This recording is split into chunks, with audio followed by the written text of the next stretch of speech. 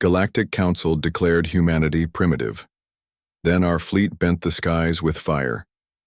The crystalline halls of the Galactic Council echoed with the harmonious chimes of 1,000 species as Ambassador Zethkri of the Valoran Empire rose from his elevated seat. His forearms gestured dismissively toward the holographic display showing a small blue-green world orbiting an unremarkable yellow star. Esteemed Council, Zethkri's voice resonated through the translation matrices. We gather today to address the amusing petition from the species calling themselves humans. They request membership in our illustrious Galactic Council. A ripple of what passed for laughter among the assembled delegates filled the chamber. Council Prime Nexus 7, the ancient AI collective that had governed galactic affairs for millennia, processed the data with cold efficiency. Preliminary scans indicate a Class 3 civilization, chemical propulsion, nuclear fission, primitive electromagnetic communications. They have barely achieved interplanetary travel within their own star system. The Threnody delegate, her gelatinous form pulsing with bioluminescent amusement, interjected with her telepathic voice. They still wage wars among themselves. Their longest period of global peace lasted merely 73 of their solar cycles. Barbaric. High Counselor Mortan of the Keth hegemony slammed his massive fist on the quantum steel table. We've watched them for centuries. They're nothing more than aggressive primates who discovered fire and got lucky. Their technology is laughably primitive.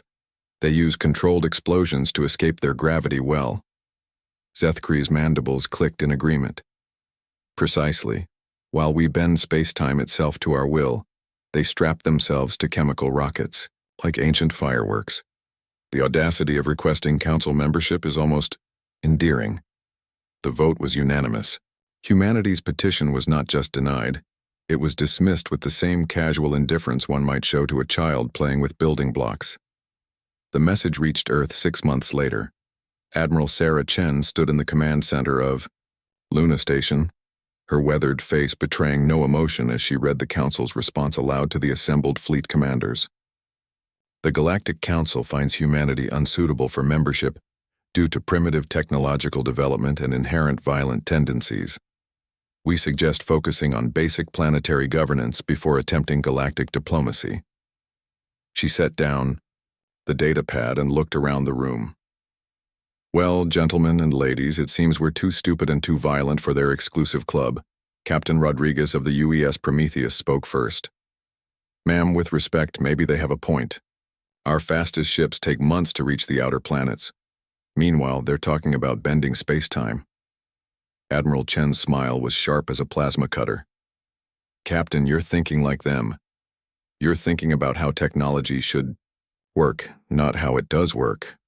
She activated the holographic display showing schematics of Earth's newest warships. They see chemical rockets and dismiss us. They don't see what we've done with those primitive chemical rockets. Commander Yuki Tanaka from the Engineering Corps leaned forward. The fusion pulse drives? Among other things, Chen nodded. While they were busy perfecting their elegant FTL drives and energy-to-matter converters, we've been perfecting the art of making things go very, very fast and hit very, very hard. We've weaponized physics in ways their civilized minds can't comprehend. Gestured to another schematic. The Council thinks in terms of efficiency and elegance. We think in terms of overwhelming firepower and tactical advantage. They've grown soft behind their shields and treaties. We've been sharpening our teeth. The orders went out that night. Humanity's response to the Galactic Council would not be diplomatic.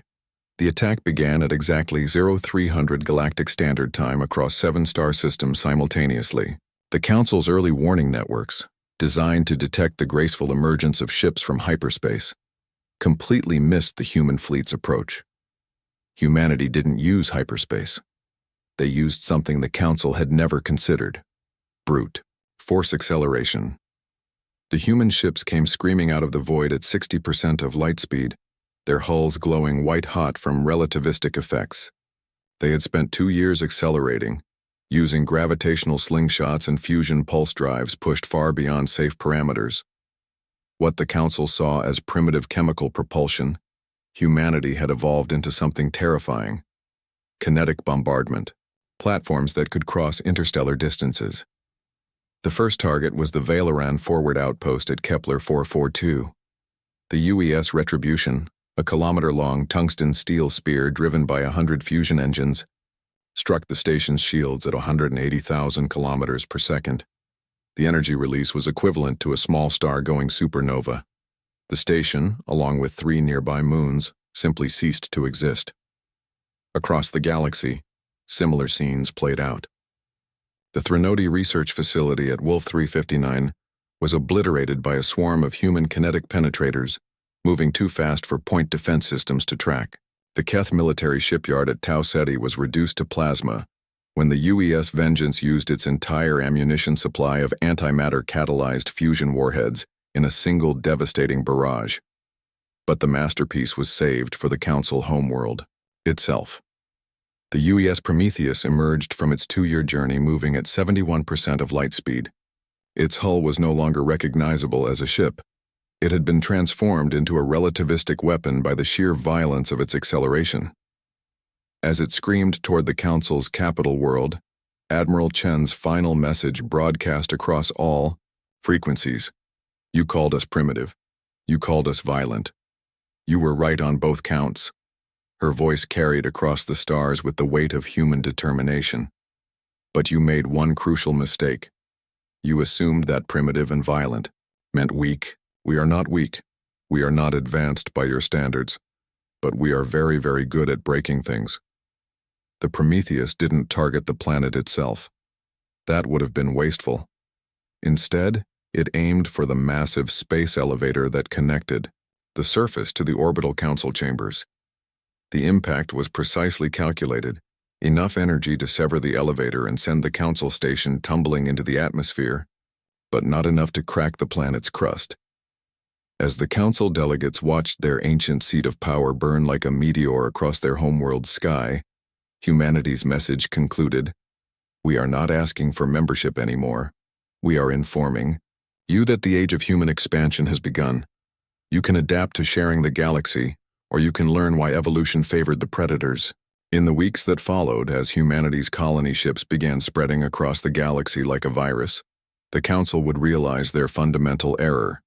They had mistaken technological sophistication for strength, diplomatic elegance for power. They had forgotten the simple truth that had governed the universe since the first star ignited. Sometimes the most primitive solution is also the most effective. The galaxy had new neighbors, and they had learned their first lesson about humanity. The hard way: never underestimate a species that considers controlled explosions to be a reasonable form of transportation.